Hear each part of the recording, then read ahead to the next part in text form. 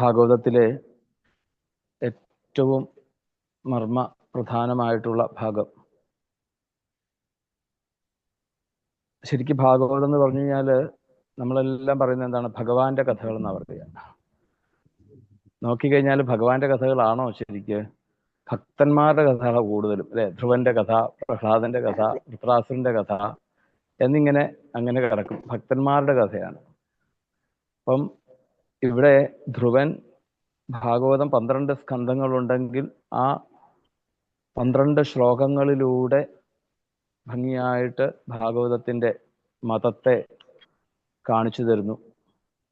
ഏത് പ്രകരണങ്ങളാണെങ്കിലും ലക്ഷ്യം ഒന്ന് തന്നെയാണ് ഭാഗവതത്തിന്റെ. എല്ലാ പ്രകരണങ്ങളും പഠിക്കണമെന്നില്ല, അല്ലെ? ഇന്ന് നമ്മൾ രാവിലെ ശ്രവിച്ചതായിട്ടുള്ള സാഖ്യയോഗം ഒന്ന് തന്നെ, അതിലൂടെ തന്നെ നമുക്ക് ഭാഗവതത്തിന്റെ താല്പര്യത്തെ കാണിച്ചു തന്നു. എന്ന് പറഞ്ഞതുപോലെ ഒരു ശ്ലോകം മതി. ഏത് ശ്ലോകം എടുത്താലും ഏത് പ്രകരണം എടുത്താലും ആ പരമമായിട്ടുള്ള സത്യത്തെ മനസ്സിലാക്കുക എന്നുള്ളത് തന്നെയാണ്. അപ്പം ആ 12 ശ്ലോകങ്ങളടങ്ങുന്ന സ്തുതിയെക്കുറിച്ച് നമുക്ക് പറഞ്ഞു തരുന്നത് ഭാഗവത കുടുംബത്തിലെ, അല്ലെ, നിത്യം തെളിഞ്ഞുകൊണ്ടിരിക്കുന്ന വിളക്കാണ്. നമ്മുടെ ഭാഗവത കുടുംബത്തിന് തന്നെ ഭാഗ്യമാണ്, അല്ലെ? ഭാഗ്യം. ചെന്നൈ അമ്മയെ നമുക്ക് എല്ലാ ആചാര മര്യാദകളോടും കൂടി പാദങ്ങളിൽ വീണ് നമസ്കരിച്ചുകൊണ്ട് ഈ വേദിയെ അലങ്കരിക്കുവാൻ വേണ്ടി സാദരം ക്ഷണിച്ചുകൊള്ളുന്നു. ഗോവിന്ദനാമ സങ്കീർത്തനം. ഗോവിന്ദ ഗോവിന്ദ. ഹരേ രാമ രാമ രാമ ഹരേ ഹരേ, ഹരേ കൃഷ്ണ കൃഷ്ണ കൃഷ്ണ ഹരേ ഹരേ. ഹരേ രാമ രാമ രാമ ഹരേ ഹരേ, ഹരേ കൃഷ്ണ കൃഷ്ണ കൃഷ്ണ ഹരേ ഹരേ. കൃഷ്ണം നാരായണം വന്ദേ, കൃഷ്ണം വന്ദേ വ്രജപ്രിയം, കൃഷ്ണം ദ്വൈപായനം വന്ദേ, കൃഷ്ണം വന്ദേ ധൃതാസുതം. സച്ചിദാനന്ദരൂപായ വിശ്വോൽപത്യാദിഹേതവേ താപത്രയ വിനാശായ ശ്രീകൃഷ്ണായ വയം നുമാം. നാരായണം നമസ്കൃത്യ നരൻ ചൈവ നരോത്തമം ദേവീ സരസ്വതീം വ്യാസം തതോ ജയമുദീരേ. കൃഷ്ണ ഗുരുവായൂരപ്പാ ശരണം. വന്ദേ നന്ദവജസ്ത്രീണാം ഭാതരേണുമഭീഷ്ണശ യാസാം ഹരികഥോ ഗീതം പുനാദിഭുവനത്രയം. ആകെ അരമണിക്കൂർ തന്നിട്ടുണ്ട്, പക്ഷെ എത്ര പറയാൻ പറ്റുമോ എന്നറിയില്ല. അത് പറയാൻ ശ്രമിക്ക.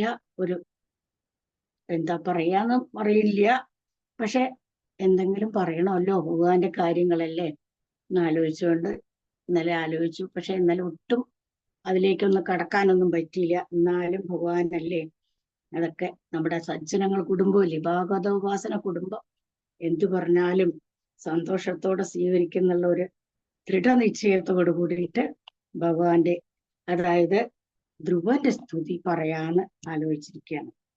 ധ്രുവന്റെ സ്തുതി പറയുന്നതിന് മുമ്പായിട്ട് ആരാ ധ്രുവൻ എന്ന് നമുക്കറിയണ്ടേ? അപ്പോ എല്ലാവർക്കും അറിയാം, നമ്മുടെ ഭാഗവതത്തിൽ പ്രത്യേകിച്ച് നമ്മുടെ ദിവസം നമുക്ക് ഉപാസന ഉള്ളതുകൊണ്ട് എന്തെങ്കിലും ഒരു നല്ല നല്ല കാര്യങ്ങൾ നമുക്ക് നമ്മുടെ തിരുമേനി പറഞ്ഞു തരുന്നതുകൊണ്ട് നമുക്ക് എന്താണ് ഭാഗവതം, എന്താണ് ധ്രുവസ്തുതി, എന്താണ് പ്രഹ്ലാദ സ്തുതി. ഇന്നലെ നമ്മുടെ മൂത്ത അമ്മ കമലാദേവി പറഞ്ഞുവല്ലോ, ഭീഷ്മയുടെ സ്തുതി, കുന്തിയുടെ സ്തുതി, അങ്ങനെ ഓരോ സ്തുതികളും നമുക്ക് എന്താണെന്ന് എല്ലാ ദിവസവും തിരുമേനി പറഞ്ഞു തരുന്നതുകൊണ്ട് നമുക്കറിയാം കൂടുതൽ. ഞാൻ കൂടുതലൊന്നും പറയാൻ എനിക്കൊന്നും അത്ര കഴിവൊന്നുമില്ല. എന്നാലും ആരാണ് ഈ ധ്രുവൻ? എന്താണ് ധ്രുവന് ഭഗവാനെ സ്തുതിക്കാനുണ്ടായ കാരണം? എന്തുകൊണ്ട് ഭഗവാനെ സ്തുതിക്കാനുള്ള ഒരു സന്ദർഭം ഉണ്ടായി എന്നുള്ളത് ആദ്യം നമുക്ക് നോക്കാം. ധ്രുവൻ വന്നിട്ട് ആരുടെ വംശത്തിൽ വന്നതാണ് നമുക്ക് ആദ്യം നോക്കണം. അങ്ങനെ നോക്കുമ്പോൾ സ്വയംഭൂ മനുവിന്റെ പുത്രനും ശ്രീഹരിയുടെ അംശഭൂതനുമായ ബ്രഹ്മാവിൽ നിന്ന് ജനിച്ച മനുവംശത്തെ കീർത്തിക്കുന്ന 2 രാജാക്കന്മാരുണ്ട്. അപ്പോ പ്രിയമൃതൻ ഉത്താനപാദോ ശതരൂപാപദേ സ്തുതോ വാസുദേവസ്യ കലയാ രക്ഷായ ജഗതസ്ഥിതോ. സ്വയംഭൂ മനുവിനെ ശതരൂപയിലെ ശ്രീഹരിയുടെ അംശത്തിൽ അവതരിച്ച പുത്രന്മാരാണ് പ്രിയംവ്രതനും ഉത്താനപാദനും. അപ്പൊ അവിടെ തെറ്റാൻ ഒരു ചാൻസും ഇല്ല, ഇല്ലേ? ആ ഉത്താനപാദന്റെ മകനാണ് ഈ ധ്രുവൻ.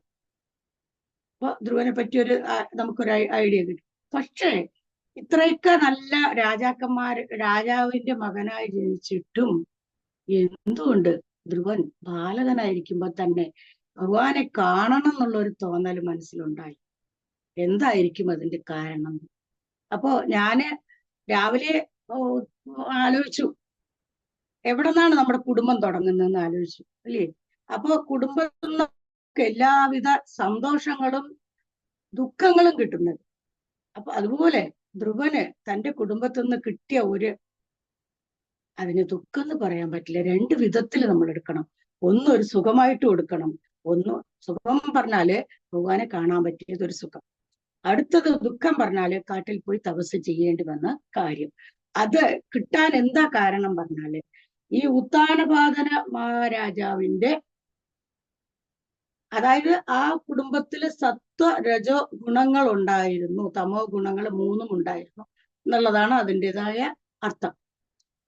അപ്പോ സത്വഗുണം പറഞ്ഞാൽ എന്താ? ഏറ്റവും ഉയർന്ന നിലയിലുള്ള സജ്ജനങ്ങളായിട്ടുള്ള സംസർഗം, നല്ല ചിന്ത, നല്ല പ്രവൃത്തി, കായേന വാച മനസേന്ദ്രിയ പറഞ്ഞ പോലെ നല്ല പ്രവൃത്തി എല്ലാം ഉണ്ടാവണം.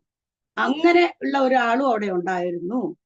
രജോ ഗുണം ഉണ്ടായിരുന്നത്, നല്ലത് കണ്ടിട്ടും ആ നല്ലത് പറയാനില്ല മനസ്സില്ലാതെ, അല്ലെങ്കിൽ തെറ്റ് കണ്ടിട്ട് ആ തെറ്റിനെ കാണിക്കാനുള്ള മനസ്സില്ലാതെ ഉള്ള ഒരു ആളും അവിടെ ഉണ്ടായിരുന്നു. പിന്നെ തെറ്റ് തന്നെയാണ്, എന്ത് ആയാലും തെറ്റാണത്, അത് ഞാൻ അങ്ങനെയാ, എന്നെ മാറ്റാനൊന്നും ആർക്കും പറ്റില്ല എന്ന് പറയുന്ന ഒരാളും അവിടെ ഉണ്ടായിരുന്നു. അവരാരൊക്കെയാണെന്ന് പറഞ്ഞാല് ഉത്താനപാദ മഹാരാജാവും അദ്ദേഹത്തിന്റെ 2 പത്നിമാരാണ്. ഈ 2 പത്നിമാരുടെ പേര് കേൾക്കുമ്പോ തന്നെ നമുക്ക് മനസ്സിലാവും അവിടെ എന്താണ് ഈ സ്പർദ്ധ വരാനുള്ള കാരണം. സുനീതി, സുരുചി, ഇല്ലേ?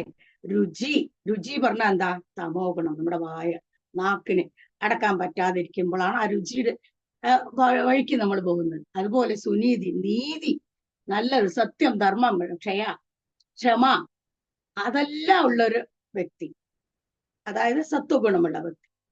ഇത് രണ്ടിന്റെയും ഇടയിലുള്ള ഒരു വ്യക്തി, അതാണ് രജോ ഗുണത്തിന്റെ വ്യക്തി. അതാരാ? രാജാവ്. അപ്പോ ഈ ധ്രുവൻ ഇവരുടെ മകനായിട്ട് ജനിക്കാനുള്ള കാരണം തന്നെ ഭഗവാന്റെ അംശമായിരുന്നിട്ട് കൂടി ഉത്താനപാദ മഹാരാജാവിന് തന്റെ മകനെ സ്നേഹിക്കാനുള്ള കഴിവുണ്ട്. അത്രയ്ക്കും നല്ലൊരു രാജാവാണ്. എല്ലാ അഡ്മിനിസ്ട്രേഷനും അറിയുന്ന ഒരു വ്യക്തി കൂടെയാണ്. കാരണം പാരമ്പര്യമായിട്ട് ഭഗവാന്റെ അംശത്തിൽ ജനിച്ചതായതുകൊണ്ട് എല്ലാവിധ സത്വഗുണങ്ങളും ഉണ്ട്.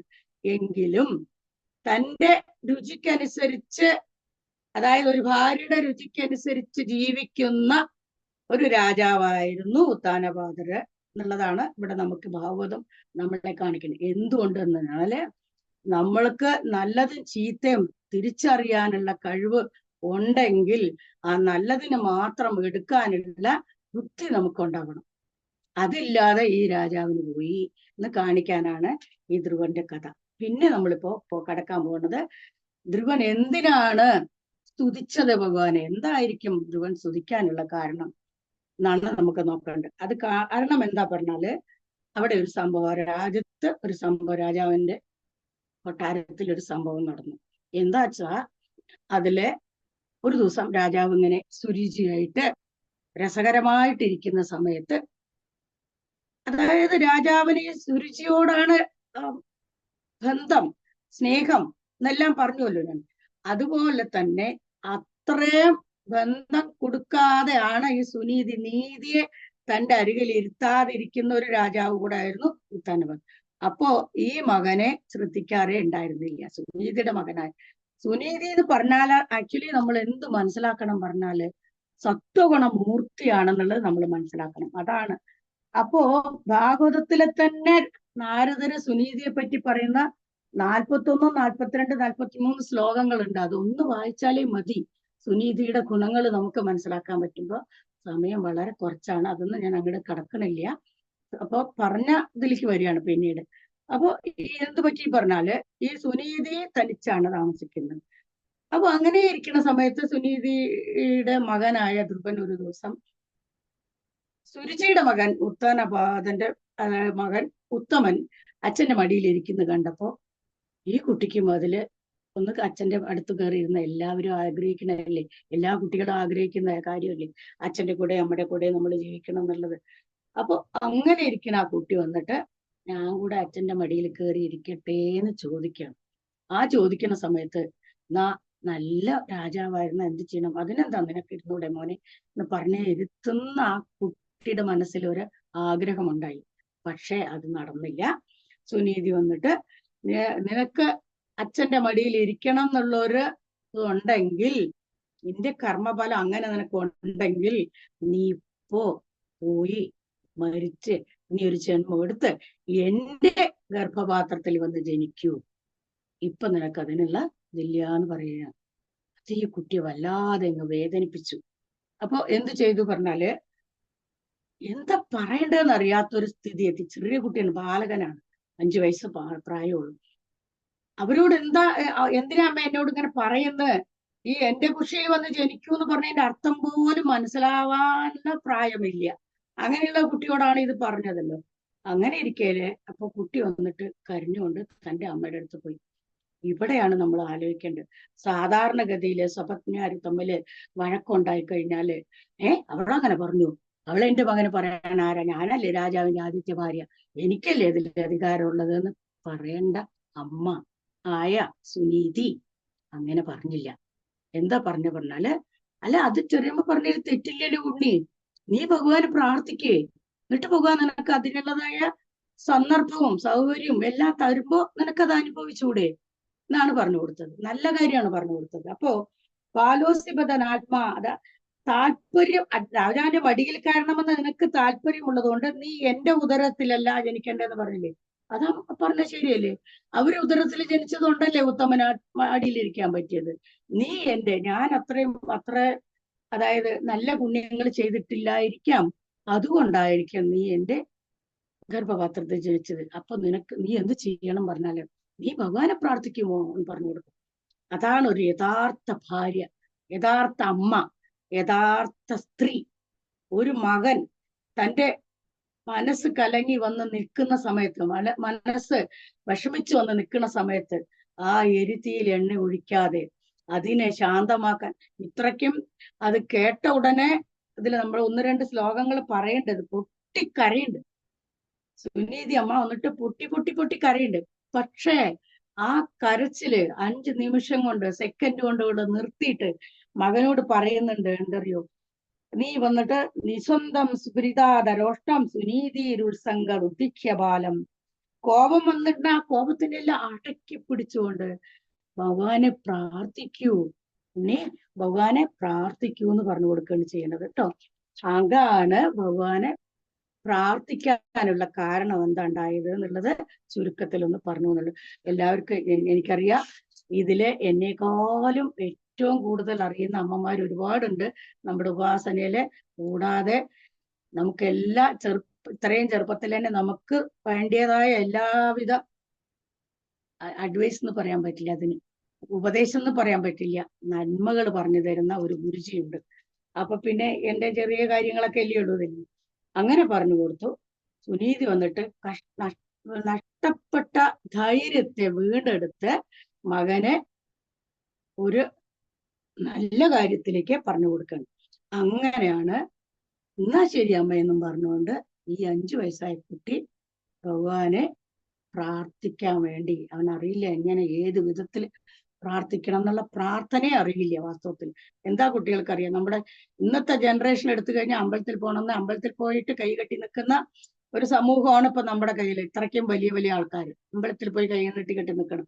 അങ്ങനെയുള്ള ആ ജനറേഷനില് ഈ കുട്ടിക്ക് എന്തറിയാൻ പറ്റും എന്നുള്ളത് നമ്മൾ ആലോചിക്കണം. അപ്പോഴാണ് സുനീതി അമ്മ പറഞ്ഞു കൊടുക്കണം, നീ ഭഗവാനെ പ്രാർത്ഥിക്കുന്നത്.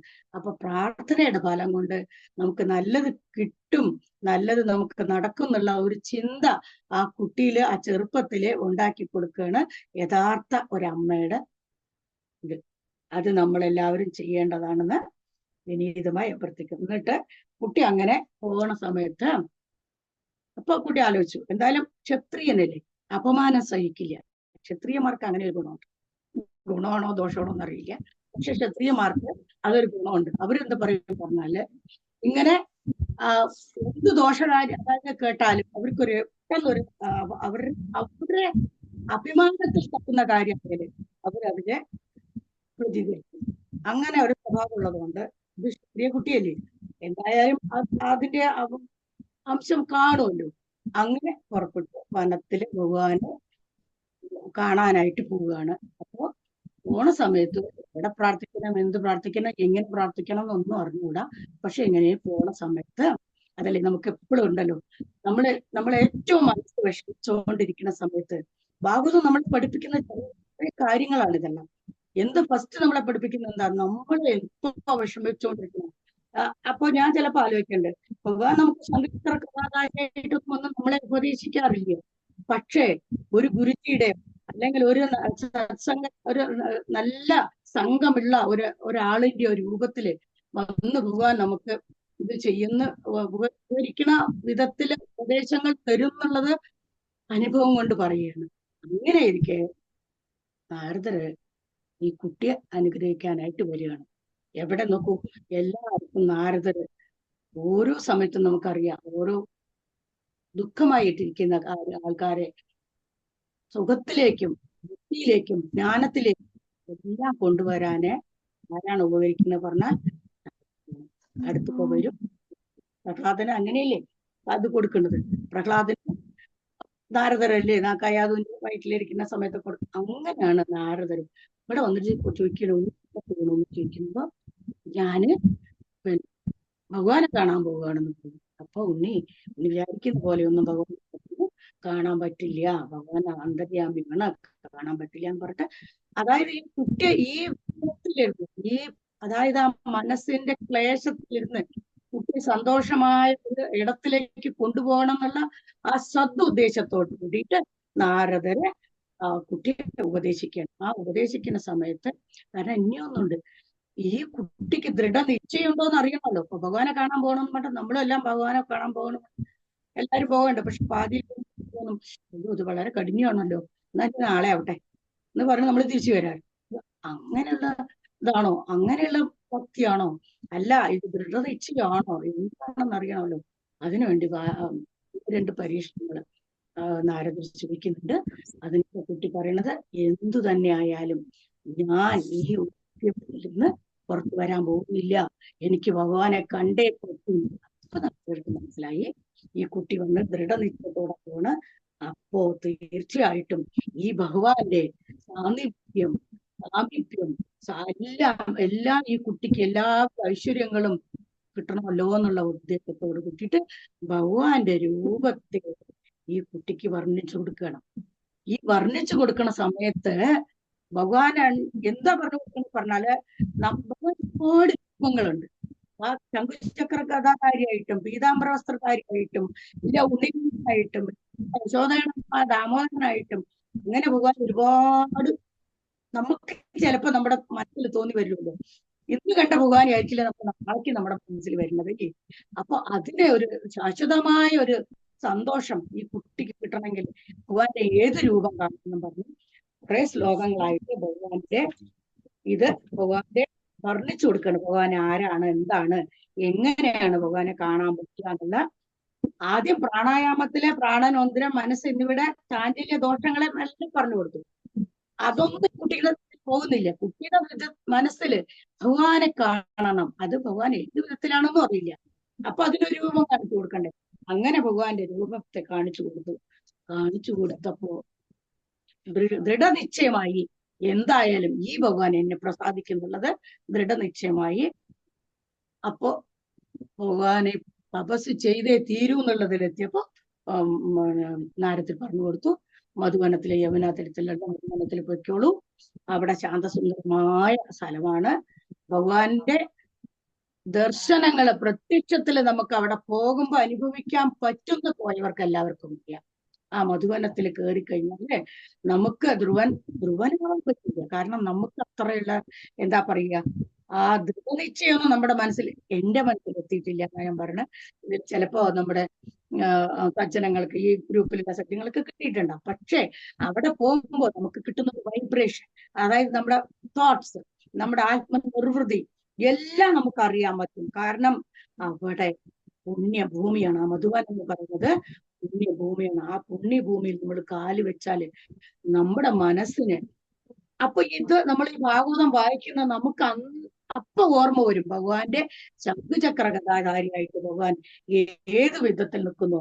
അല്ല, ഇതാ എന്റെ മുമ്പിലിരിക്കുന്ന എന്റെ ഉണ്ണിയമാരി മുട്ടുകോണ കൊടുത്തിട്ടാണോ നിൽക്കുന്നത്, നമ്മൾ ഏത് വിധത്തിൽ ഭഗവാനെ കാണണോ ആ വിധത്തിൽ നമുക്ക് അവിടെ ദർശിക്കാൻ കഴിയുന്നുള്ളതിന് ഒരു ഒരു എന്താ പറയാ, ഉദാഹരണമായിട്ട് എന്നെ കൂടെ എടുത്ത, ഞാൻ അങ്ങനെ ദർശിച്ച ഒരാളാണ്, അവിടെ കിട്ടിയതാണ് എനിക്ക് അനുഭവം. അതുപോലെ അവിടെ പോയി മധുവനത്തിൽ പോയി തുടങ്ങി. എന്താ തുടങ്ങിയത്? തന്റെ വ്രതം. ഇവിടെ നമ്മളൊന്ന് ആലോചിക്കണം, ഭാഗവതം നമ്മൾ എന്തൊക്കെയാ പഠിപ്പിക്കുന്നത്. നമ്മളും എടുക്കാറുണ്ടല്ലേ ഈവൻ ഞാനും കൂടെ എല്ലാ ഏകാദശിക്കും വ്രതം എടുക്കും. എല്ലാ ഏകാദശി വ്രതമാണ്. എന്താ ആ ഏകാദശി വ്രതമാണ്. എന്താ വ്രതം? നമ്മുടെ വ്രതമൊക്കെ, നമ്മുടെ വ്രതം നോക്കുമ്പോ അതായത് നമ്മളൊന്നും ചെയ്യുന്നില്ല എന്നുള്ളതാണ് നമ്മുടെ വ്രതത്തിലുള്ളത്. നമ്മള് ഒന്നുകിൽ അരി ആഹാരം ഉപേക്ഷിക്കാനല്ലേ ഏകാദശി പറഞ്ഞ് ഒരു 12-1 മണി വരയ്ക്കും ഒന്നും കഴിക്കാണ്ട് ഒരു ചായയോ അല്ലെങ്കിൽ അതും കൂടി ഇല്ലാതെ ചിലപ്പോൾ ചൂടുവെള്ളം കുടിച്ചിട്ട് ഞാൻ എന്താ ചെയ്യാ പറഞ്ഞാല് ചൂടുവെള്ളം കുടിച്ചിട്ട് ഭഗവാന്റെ നാരായണീയം വായിക്കും. അത് അങ്ങനെ ഒരു ശീലം കൊണ്ടുവന്നിട്ടുണ്ട് കുറച്ചു കാലങ്ങളായിട്ട്. അതല്ല വ്രതം. ഇവിടെ ഈ കുട്ടി ചെയ്തു നോക്കും. 3 ദിവസം കൂടുന്ന സമയത്ത് അല്പം ആഹാരം കഴിച്ചു, എന്തെങ്കിലും ഒരു തുള്ളി വെള്ളമോ എന്തെങ്കിലും കുറച്ച് കുടിച്ചു, വെള്ളം കൂടെ അല്ല, എന്തെങ്കിലും ഒന്ന് കഴിച്ചു. അത് കഴിഞ്ഞ് 2 മാസത്തില് 6 ദിവസത്തില് ആഹാരം. അത് അവിടെ കിട്ടുന്ന വല്ല പഴങ്ങളോ വല്ല ഇതോ ആ മധുവനത്തിൽ കിട്ടുന്ന വല്ലതോ അങ്ങനെ. 3-ാം മാസത്തിൽ എന്തെടുക്കുമോ, പിന്നെ 2-ാം മാസത്തിൽ 6 ദിവസത്തിൽ ആഹാരം. എന്താ അറിയോ? ഉണങ്ങിയല്ല. നമുക്ക് ആലോചിക്കാൻ പറ്റുമോ നമുക്ക് അങ്ങനെയുള്ള കാര്യങ്ങൾ? 5 വയസ്സായ കുട്ടിയാണ്, നോക്കണേ. നമ്മളെമാര് പ്രായമായി എല്ലാ സുഖ സൗകര്യങ്ങളും അനുഭവിച്ചവരല്ല. അതായത് ജീവിതത്തിന്റെ പടിയിലേക്ക് ഇങ്ങനെ എടുത്തു വെച്ചിട്ടും കൂടെ അല്ല, ചെറിയൊരു കുട്ടിയാണ്. ആ കുട്ടി ഉണങ്ങിയില കഴിക്കുന്നു. പിന്നെ 3-ാം മാസത്തില് 9 ദിവസത്തില് ജലം മാത്രം കുടിക്കുന്നു. പിന്നെ 4-ാം മാസത്തില് 12 ദിവസം കൂടുമ്പോൾ വായു മാത്രം ഭക്ഷിക്കുന്നു. 5-ാം മാസത്തില് എല്ലാ ശ്വാസങ്ങളെ അടക്കി, അതായത് ശ്വാസത്തെ അടക്കി പുറത്തു വിടാതെ കുംഭകം എന്ന പ്രാണായാമം ഒരു ചെയ്യുന്നു. എന്നിട്ട് ഒറ്റക്കാലിൽ നിന്നിട്ട് ചെയ്യണം. 6-ാം മാസത്തിലാവുമ്പോൾ കുംഭകം പൂർണ്ണതെല്ലാം വന്നില്ലേ? പ്രാണായാമം ചെയ്ത എന്തായി? വായു സ്തംഭിച്ചു. അപ്പോഴാണ് ദേവന്മാരെല്ലാവരും കൂടെ ആലോചിക്കുന്നത്, ഇത് പറ്റി എന്താ നമ്മുടെ ഈ അതായത് ഭൂമിക്കൊരു സമതുന്തല്യം ഉണ്ടല്ലോ, അതിലും മാറി വായു ഇല്ലാണ്ടാകണ സമയത്ത് ദേവന്മാർക്കടക്കം എത്തി, അവിടെ വരയ്ക്ക് എത്തി. അവരുടെ ഇതുകൂടെ ഇളകാൻ തുടങ്ങി. അപ്പൊ അവര് പേടിച്ചു. അവരുടനെ പോയി ഭഗവാനോട് എല്ലാത്തിനും സന്തോഷത്തോടെ എല്ലാ കാര്യങ്ങളും നമുക്ക് നല്ലതോ ചീത്തയോ നമ്മളെ നല്ല വഴിക്ക് നയിക്കുന്ന അത് തൃപ്തിയുണ്ടല്ലോ, ആ തൃപ്തിക്ക് അതാണ് വിഷ്ണു, അതാണ് ഭഗവാൻ. ആ ഭഗവാന്റെ അടുത്ത് പോയി പറയുക, എന്താണ് ഭഗവാൻ ഈ സ്തംഭനത്തിലുള്ള കാരണം? അപ്പോഴാണ് ഭഗവാൻ പറയണത്, ഇത് ഇങ്ങനെ ഒരു കുട്ടി എന്നെ വന്നിട്ട് ഭജിച്ചിട്ടുണ്ട്. ആ കുട്ടിയെ എത്രയും വേഗത്തിൽ ഞാൻ അവന് ദർശനം കൊടുത്ത് ഇതിൽ നിന്ന് നിങ്ങളെ വിമുക്തമാക്കാണെന്ന് പറഞ്ഞ ഭഗവാൻ ഓരോ സമയത്തും നോക്കി. ഈ ഭാഗവതത്തിലുണ്ടല്ലോ വരുന്നത്, നമ്മള് ഓരോ അനുഭവങ്ങൾ വരുമ്പോ നമുക്ക് അറിയാം. ഗജേന്ദ്ര മോക്ഷത്തിൽ ഭഗവാൻ എങ്ങനെ വരുന്നത്? അയ്യോ വേഗം പോണം, ഗജേന്ദ്രനെ എന്നെ വിളിക്കുന്നു, ഞാൻ ഗജേന്ദ്രനെ അതായത് ഭക്തൻ വിളിക്കുന്ന സമയത്ത് എങ്ങനെ പോകണം, ഏത് പോയിട്ട് ചെയ്യണം എന്നതില് ഗരുഡന്റെ ഭാഗത്തിൽ ഓടുകയാണ് ഭഗവാൻ ഗജേന്ദ്രത്തിൽ. അതേപോലെയാണ് ഓരോ കാര്യങ്ങൾ ഇവിടെയും ഭഗവാൻ അതേപോലെ ഇതില് ഇത്രയും വേഗത്തില് ഇവിടെ വന്നിട്ട് പ്രത്യക്ഷത്തിൽ നിന്നു. ഈ അതായത് കുട്ടിക്ക് പ്രത്യക്ഷത്തിൽ നിന്നപ്പോൾ ഒന്നും കുട്ടിയാന്നു അറിയണേ ഇല്ല, ഭഗവാനാണ് നിൽക്കുന്നുള്ള കുട്ടി മനസ്സിൽ ആ ഒരു നാരദർ പറഞ്ഞു കൊടുക്കുന്നുണ്ടല്ലോ, അതാണ് മനസ്സിലുള്ളത്. ഭഗവാൻ ഏത് വിധത്തിൽ നിൽക്കണമെന്ന് നോക്കുന്നില്ല.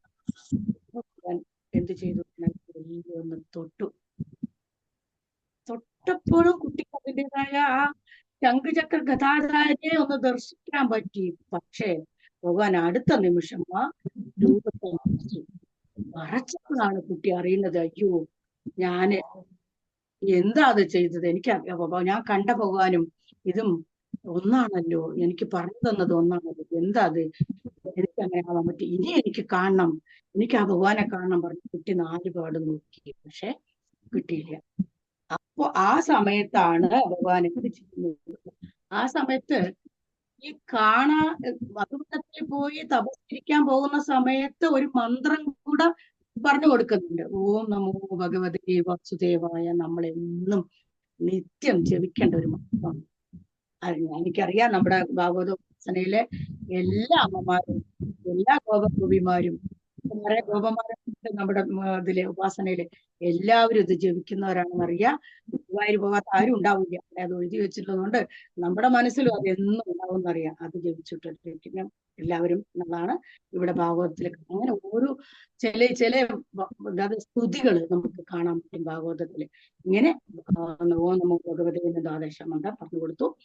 അത് വെച്ചിട്ട് ഇപ്പൊ നോക്കി ഭഗവാനെ കാണാനില്ല, ഭയങ്കര സങ്കടമായി. അപ്പോ ആ സങ്കടമാകുന്ന സമയത്താണ് ഭഗവാനെ സ്തുതിക്കുന്ന ഒരു സ്തുതി ഉണ്ട് ഇതില്. എന്താ പറഞ്ഞാല് ആദ്യം തുടങ്ങുന്നത് എന്താ അറിയോ, അധ്യായം 9 4-ാമത്തെ സ്കന്ധത്തിലാണ് ഈ സ്തുതി പറയണത്.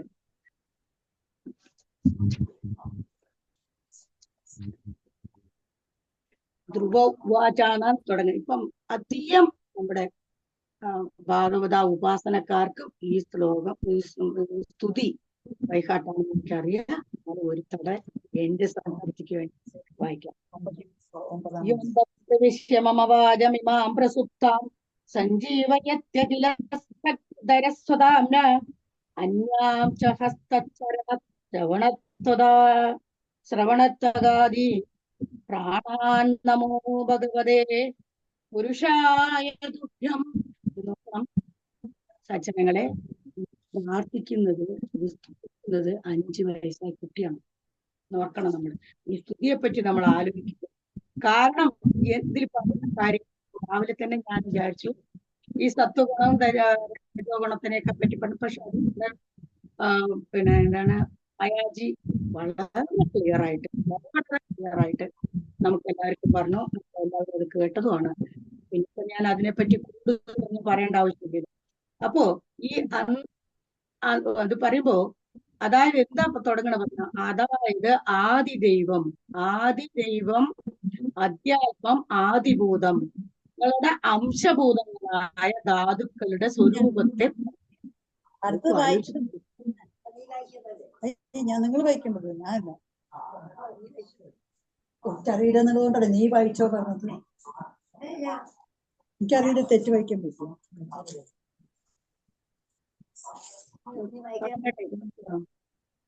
അല്ലല്ലോ നമ്മുടെ തന്നെ വാക്കുകൾ, കൈകൾ, കാലുകൾ, ശ്രവണം, ത്വക്ക് മുതലായ ശക്തികളെയും ധരിച്ചിരിക്കുന്ന അല്ലയോ ഭഗവാനെ.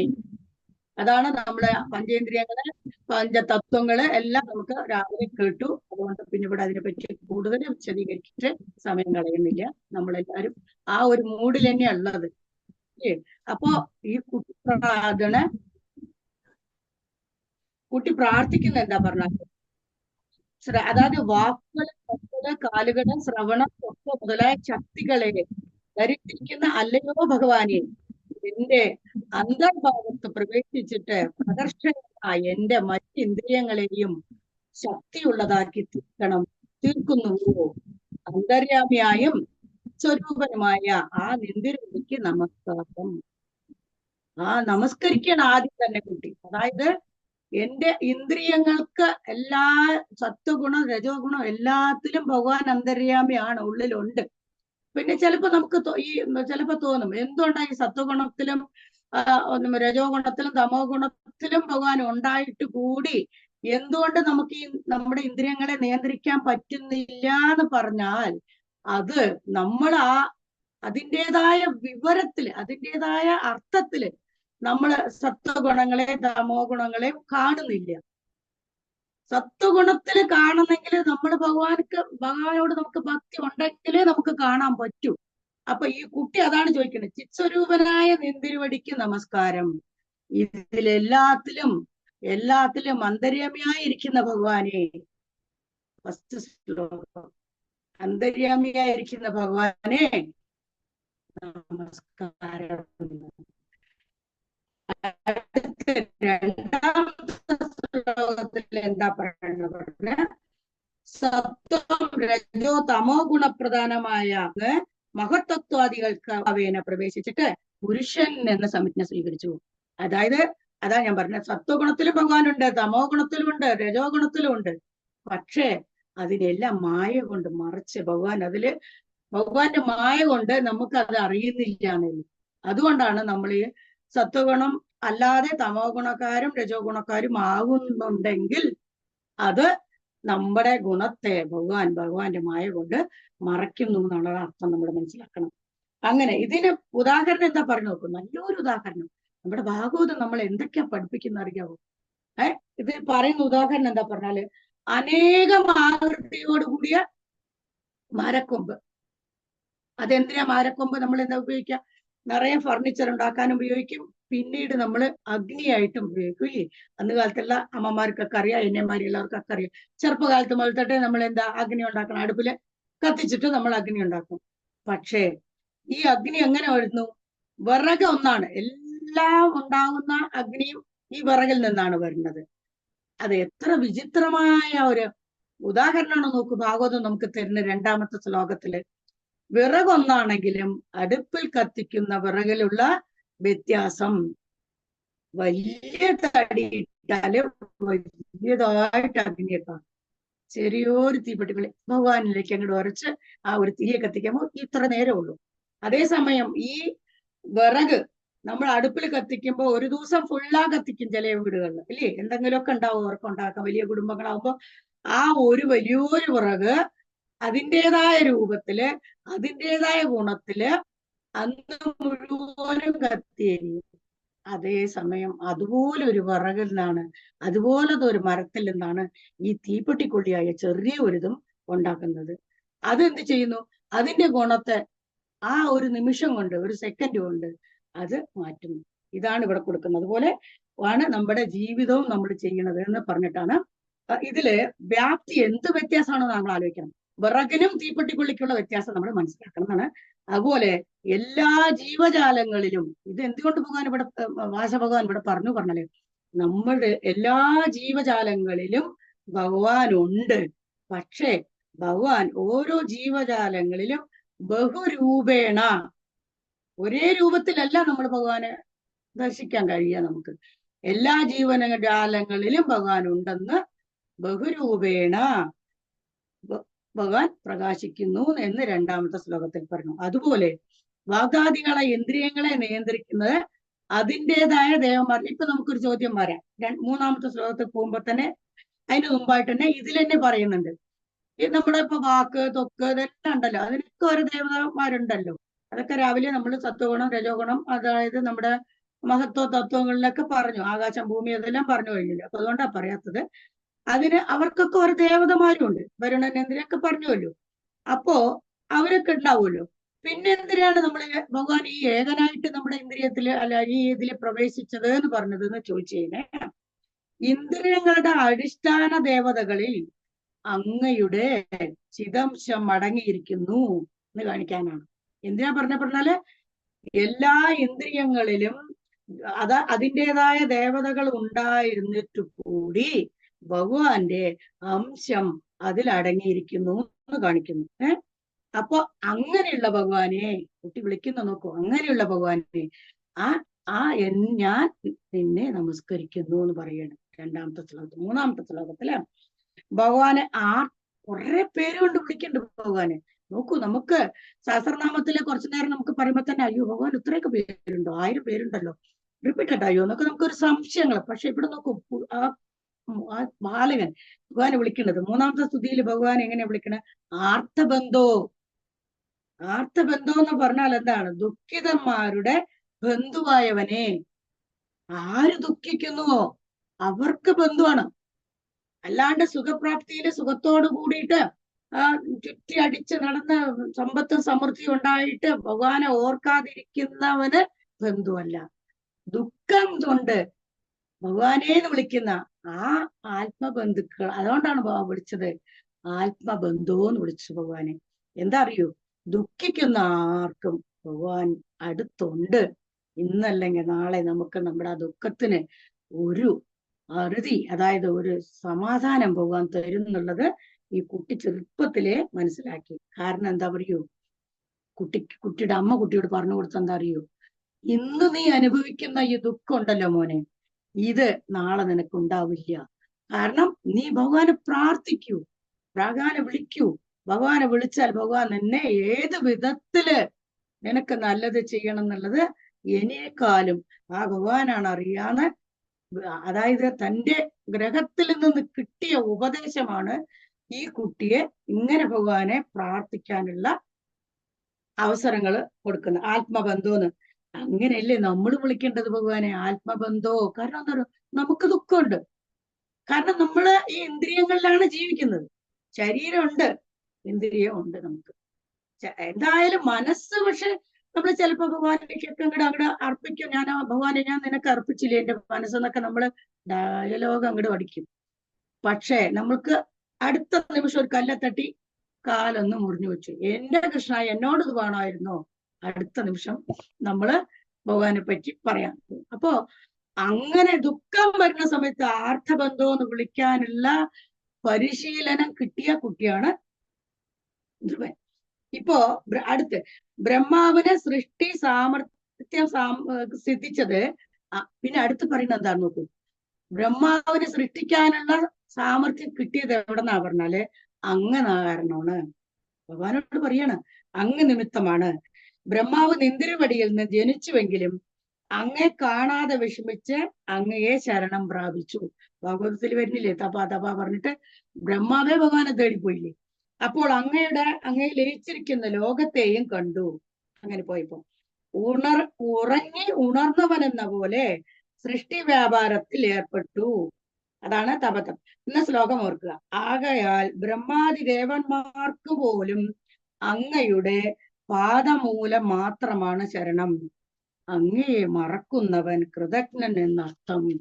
ആര് ഭഗവാനെ മറക്കുന്നു അവന്, അതായത് സന്തോഷം സമാധാനം വേണമെങ്കിൽ നിങ്ങൾ എന്നും ഭഗവാനെ ഓർക്കണമെന്ന് ഈ 5 വയസ്സായ ധ്രുവൻ നമ്മെ പഠിപ്പിക്കുന്നു.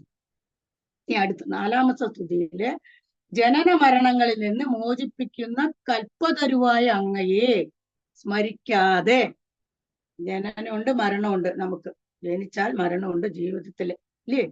അങ്ങനെ ജഡശരീരത്തിന് നമ്മൾ പക്ഷെ അത് ആലോചിക്കുന്നില്ല.